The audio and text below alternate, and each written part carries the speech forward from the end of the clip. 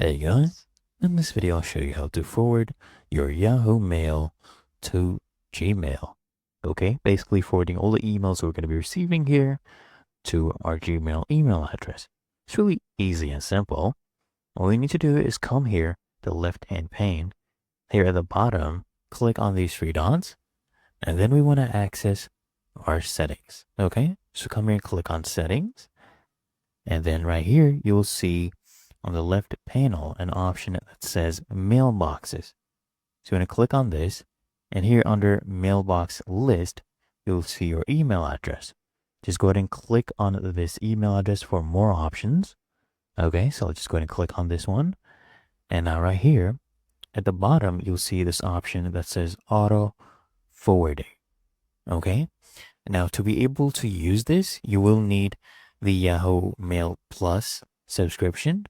Okay, and then you just come here, add your email address that you want to forward to, and then just click on save. And there you go. Really that easy and simple.